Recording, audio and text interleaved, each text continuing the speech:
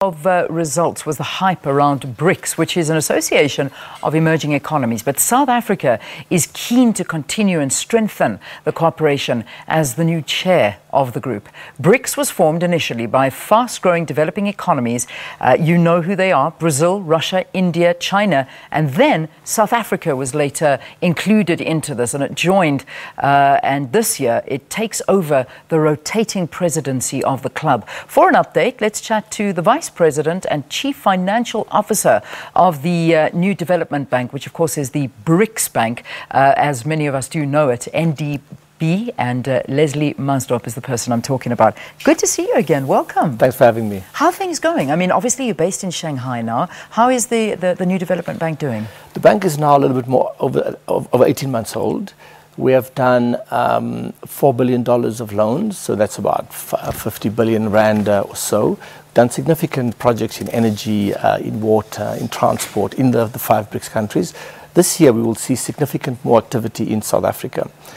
As you would have noticed from the Minister of Finance's budget speech as well as President Ramaphosa's speech, the government have been focused to reduce the liabilities of the state. In other words, not to provide a lot more guarantees, because in the initial phase, most of the loans that we have advanced to the other 4 BRICS countries have come with a sovereign guarantee. So what that means is we provide funding for a big infrastructure project, but the government acts as guarantor that will be paid back. So South Africa has been sort of slow in terms of us concluding infrastructure projects in the first year and a half. But this year we're going to see a significant uptick in that. Good. In fact, the President of the bank has announced that between $1 and $1.5 billion will be allocated, earmarked for infrastructure in South Africa in 2018. Yeah. And that will go to projects in transport, water. As you know, we are a water-scarce country.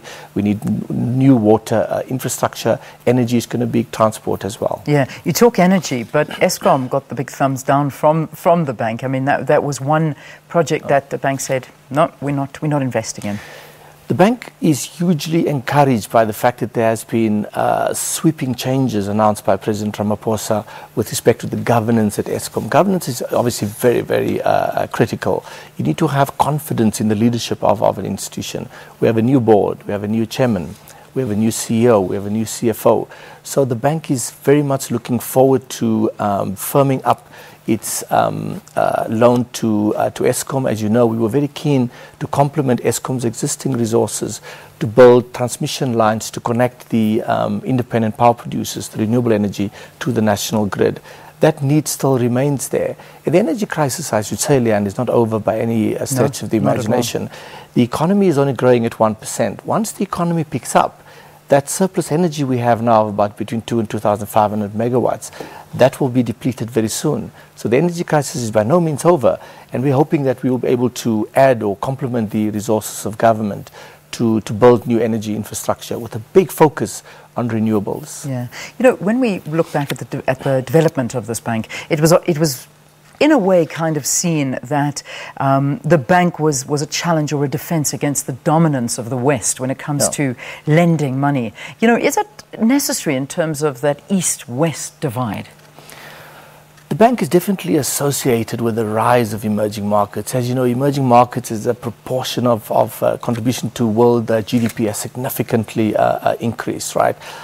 Today, the BRICS economies constitute about a quarter of the global economy. That is significant. These 5 countries together have 24% of the world economy. So it's definitely associated with the rise of emerging markets, and especially the rise of China and India. But it's not a competition in any way, in the sense that we augment or we complement the resources from the World Bank, European Investment Bank, Asia Development Bank, and so on. We work in a collaborative fashion. But at the same time, we're looking at what can we do differently?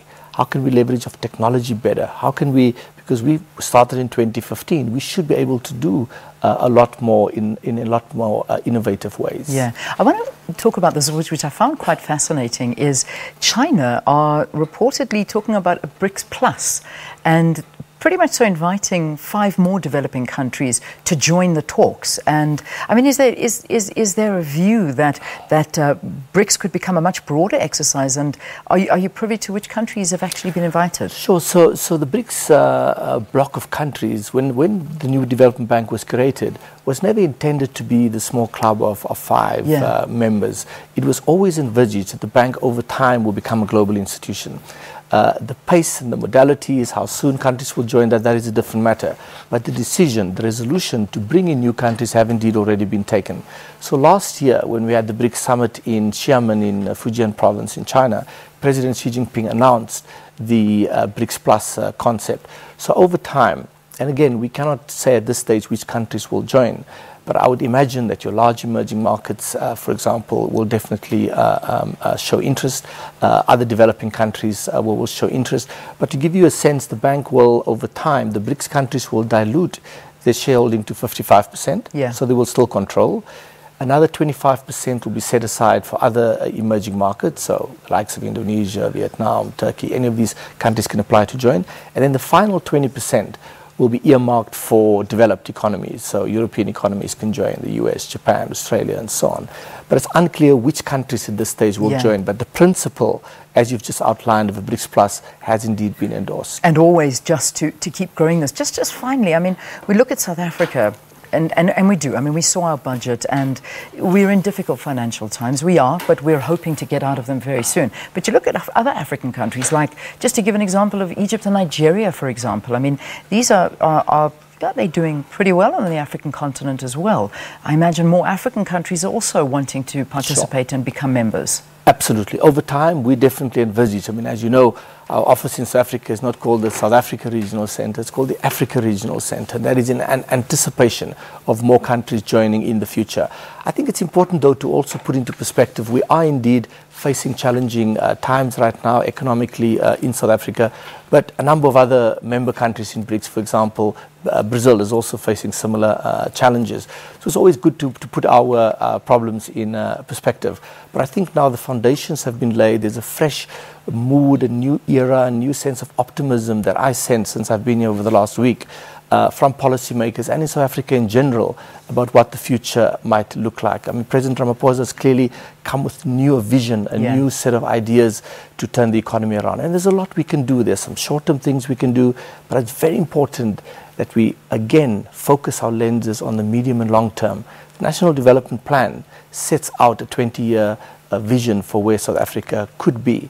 I think we need to stretch out our lenses again and look forward, because our short-term problems, they are indeed short-term, but they will build towards that long-term vision of creating a more prosperous South Africa. Fantastic. Well, we look forward to seeing what it is that you do and following very closely, because it's going to be a big year for South Africa as we take over the chair of this BRICS nations, and it'll be really interesting to see what our new president, Cyril Ramaphosa, has up his sleeve when it comes to this. So, Vice President, Chief Financial Officer of the New Development Bank, that's Leslie Maasdorp talking to us here on Morning Live. Safe trip back when you do go back to Shanghai.